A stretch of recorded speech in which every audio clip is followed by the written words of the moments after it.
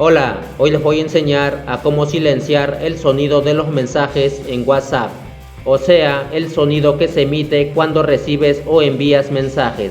Bien, para esto vamos a ingresar a WhatsApp.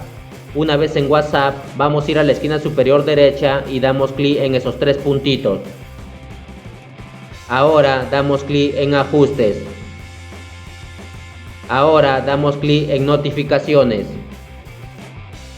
Ahora, para silenciar el sonido de los mensajes, vamos a desactivar esto. Y listo. Y si quieres que se reproduzca el sonido, sigues todos los pasos hasta llegar aquí y lo activas.